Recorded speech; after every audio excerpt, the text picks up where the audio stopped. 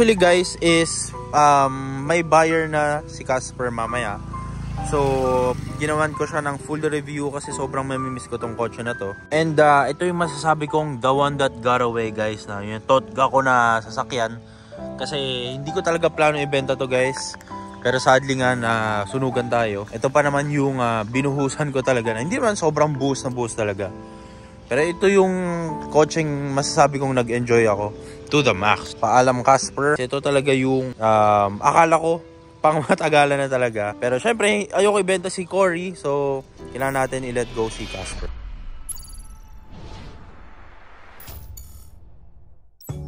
Pasok tayo sa loob. Share ko sa inyo yung mga features na ito dito sa likod. Okay, dito sa likod meron siyang two-tone na interior. So may black dito and may beige dito sa baba. Tapos meron din siya mga wood panels dito. Tapos every door nito guys is may ilaw, no? So kapag bababa kayo sa highway, makikita ng dumadaan dito na may nagbukas ng pinto, no? Let's say nakapatay yung ilaw nila, makikita nila na may nakabukas na pinto. Kapag nakaupo ko dito sa likod, so ito yung driving length ko kapag ako yung nasa harap. Ayan. So ako guys, sobrang layo ko mag-drive kasi medyo matangkad tayo. Pero still, meron ka pa rin decent room dito sa likod. Ayan. Tapos dito sa likod, meron kang sariling air vents. Ayan. Napapatay and na-on siya. Na naka-wooden din. So tadad talaga ng wooden trims itong sasakyan na to. Tapos dito meron kang mga ilaw para kapag magbabasa ka ng mga... So, hindi ko alam kung anong babasahin mo, mag-aaral ka. Tapos syempre kasama na dyan yung mga seat belts na hindi pa lundo-lundo. Meron siyang armrest. Ayan, may armrest ka dito na pwede mong lagyan ng cups. Ayan. Ngayon ko na nakita to. Ayan, pwede siyang maging cup holder guys. Pero mostly armrest lang to para sa akin. Ngayon, yung Camry alam ko may controls yun dito. And yung Zafiro may controls din sila dito. Parang na-adjust mo ata yung upuan dito. Or yung Zafiro, ang alam ko is meron siyang massage chairs. So, yun ang kinagandahan nila. Pero para sa akin nga, driver naman ako, so never ako uupo dito sa likod. So itong Honda Accord yung napili ko talaga. And ito yung POV mo guys kapag nasa likod ka. Tad-tad ng beige interior talaga guys. Screaming talaga siya ng executive VIP feels para sa akin. Ayun no. Tignan mo yung interior nito guys. And luckily para sa unit ko is maayos pa yung kanyang mga leather. Though syempre may mga tears dito kasi syempre second hand naman na siya. Hindi natin may iwasan yan. Pero sobrang minimal lang naman ito guys. Ayan dito. Tapos meron ng maunti dyan sa may harap. Pero dito sa likod, good as new, no? Silky smooth. Ito yung feeling guys na kapag umupo ka, ang dulas. Parang pag pumreno ka, tutulos ka, mapupunta ka dito sa harap. Ganon siya kadulas. Hindi ko alam kung ganon ba talaga. Supposedly, or siguro kakapahid ng mga interior protectants, mga leather conditioner, kaya naging madulas siya. Pero para sa akin, masarap yung feeling na ganon. Ngayon, ang ayoko dito sa upuan dito sa likod is hindi siya nare-recline. So alam ko sa mga ibang luxury cars nare-recline, na-adjust pati yung seating position dito sa likod. Meron kang quick access para makuha mo yung mga gamit mo dito sa likod. Hindi ko alam ano to. And kung may kukuha ka ng umbrella, pwede mo abutin papunta dito. Galing dito sa loob. Diba? So hindi mo na kailangan lumabas. Tapos meron siyang headrest dito sa likod, which is weird na hindi ko alam bakit nila nilagyan ng ganito. Medyo mas clean look siguro kapag wala yung ganito. Isipin mo 2-seater lang talaga siya. Para sa akin guys, sobrang sulit ng 350,000 pesos nyo sa ganitong kotse. Hindi ko ma-stress enough kung bakit sobrang sulit ng ganitong ng pera nyo para sa presyong para sa ganitong kotse guys. No, yung feeling mo na, alam mo yung feeling mo mayaman ka, feeling mo ano ka, executive ka talaga kahit medyo mahirap lang tayo, no? Ngayon dito meron siyang mga automated seats, oh. Ayan. Ano to? Ito hindi ko alam. Ay. Ito ngayon ko lang nakita, boy. So, na-adjust mo yung lumbar support. Siyempre, todo natin yan para hindi masakit sa likod, no? Yun ang ngayon ko lang nakita. Ito, ngayon ko lang nakita to. Pero ito, na up and down din. Ayan. Pero dahil nga, syempre, malaki tayo, sobrang todong malayo yung adjustments ko para sa driving position ko. Ngayon, pagdating dito sa dashboard, isang nagustuhan ko dito sa dashboard na to guys, I mean sa kotse na to, is meron siyang dual climate control. So pag binuksan mo to, kunwari ikaw, mainitin, no? Mainitan ng iyong katawan. Dito, kiklik mo lang dual. Ayan. Tapos, dito sa kabilang side, pwede mo i-adjust na mainit lang. Ay, makikita mo rito, 25, no? Dito, isagad mo ng todo, naka 18. Ayan, low. So, yung buga nito, mainit siya, guys. Pero dito, na sa left side, which is tinodo natin, nagngangaw-ngaw sa lamig. Making effective to, guys, syempre kunwari yung wife nyo or yung parents nyo is hindi sila masyadong fan ng sobrang lamig. So dito may option kayo na part mo lang yung malamig, yung kanya medyo mainit. Ayan, naka paddle shifters din siya. Ayan, may paddle shifters to. So kapag gusto mo ng race mode, pwede ka mag paddle shift ng ganyan. Tapos meron din siyang sports mode, guys, which is ito.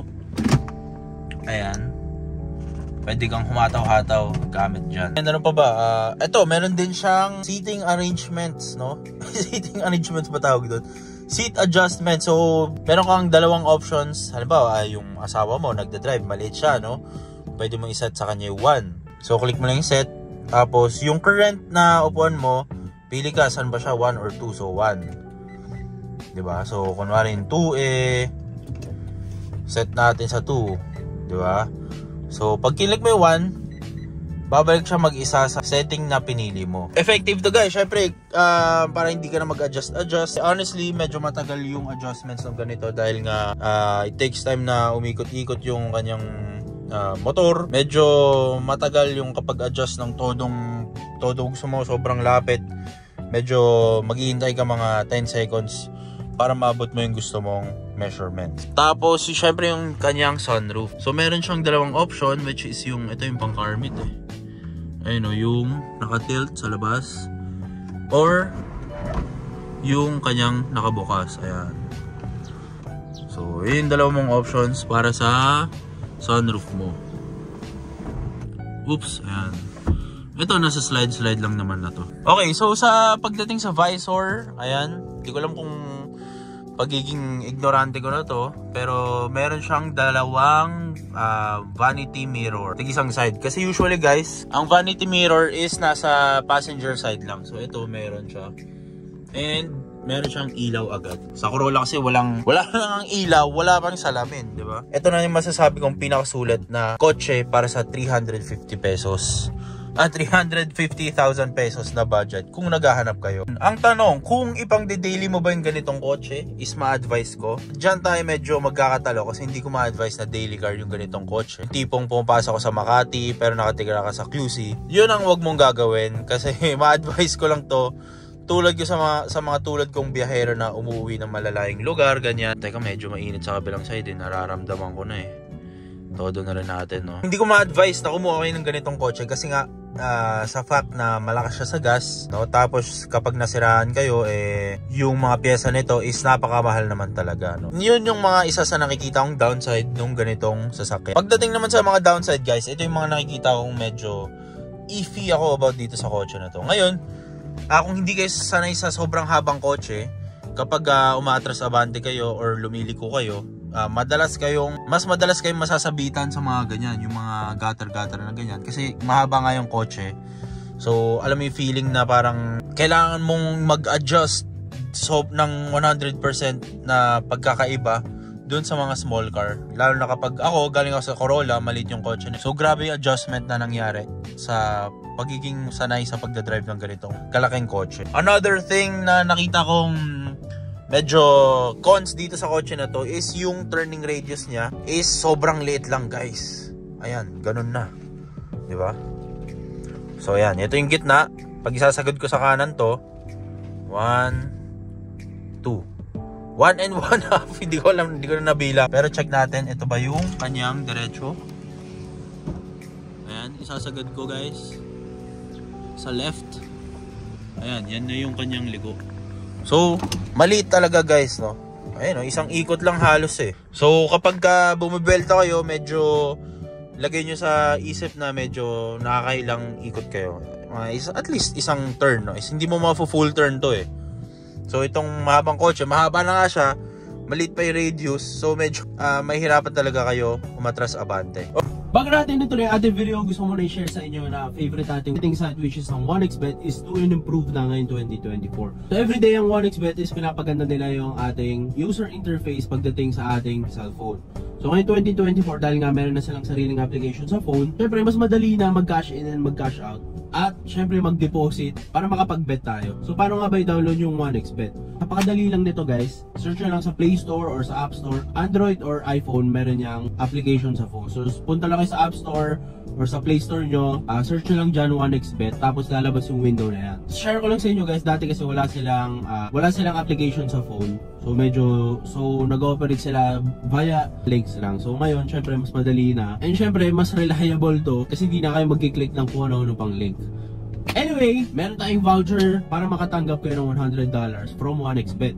And from me, no? So papakita ko mamaya kung paano nyo malalagay yung voucher natin. Lalagay nyo lang rich potato, tapos makukuha nyo yung $100 na voucher. Na parang panimula kung tawagin. So first deposit nyo, lagay nyo yung voucher na rich potato, tapos makukuha nyo yung $100 na yun. Anyway, kapag na-download nyo yung application na 1xBet, mapupunta kayo sa page na to. So tara! So napakadali lang mag-register dito guys. Siyempre click nyo lang yung green sa taas, register. Tapos sa code dito may lalagay yung phone number mo. Ito rin yung gagamitin mo pang login mo. Tapos dito nyo magagamit yung rich potato na code. Siyempre $100 yan guys na bonus, di yan pesos, dollars yan. So napakadali lang mag-register, makakapag-bet ka na agad. So siyempre kailangan mo maglagay muna ng pera para makapag-bet ka dito sa betting site. Kaya siya betting site, diba? So maganda sa betting site na to, sobrang daming laro. Siyempre meron ditong football kung fan ka ni Messi o ni Ronaldo, tennis, meron din. At syempre, yung paborito ng Pinoy, hindi mawawala talaga dyan yung basketball. Pwede ka tumaya dito, NBA, PBA, at kung ano-anong liga pa. Yun ang maganda dito sa 1xBet, sobrang daming varieties ng mga laro. Sobrang user-friendly ng app na to, so hindi ka talaga malilito, hindi ka maliligaw. Subukan nyo na tong 1xBet, wala namang masama pag nagtatry. Alay mo, kayo na yung susunod na swerte. Okay, ano pa bang nakikita kong pangit dito sa kotse na to? Actually, yun lang. Besides sa malakas sa gas, mahal yung mga pyesa, pili yung mga mekanikong gumagawa ng mga ganitong kotse. Yung maintenance kapag nasira, yung mga parts, yan, mga mahal, yung mga yan. Sa gas naman guys, hindi ako maarte sa gas. 91 nga lang yung nilalagay ko dito kasi yung nakalagay sa gas tank is unleaded only. Actually, yun lang talaga guys. Alam mo yun? Sobrang, ito yung tipong kotse na for keeps ko talaga. Kung hindi lang kami nasunugan, actually guys, hindi ko ibebenta to. Pero kailangan ko i-rebuild yung bahay ko, so ibebenta natin to soon. Nalulungkot ako guys, no, na kailangan natin siyang bitawan. Pero mas mahalaga kasi yung bahay guys, kaysa sa kotse, no. And meron naman tayong ibang kotse pa na pwede gamitin, pang car meet, pang uwi ng La Union. So kailangan muna natin bitawan to si Casper. Pero soon bibili tayo ng Honda Accord kasi ito talaga guys, promise, ito yung masasabi kong kotse for you talaga. Sana nabigyan kong value and justice ang Honda Accord natin.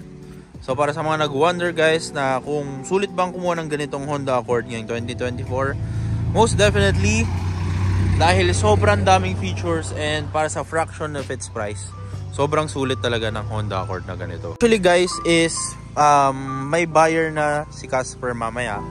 So ginawan ko siya ng full review kasi sobrang mamimiss ko tong kotse na to. And ito yung masasabi kong the one that got away guys, na yung totga ko na sasakyan. Kasi hindi ko talaga plano ibenta to guys. Pero sadly nga na sunugan tayo. Ito pa naman yung binuhusan ko talaga na hindi naman sobrang buhos na buhos talaga.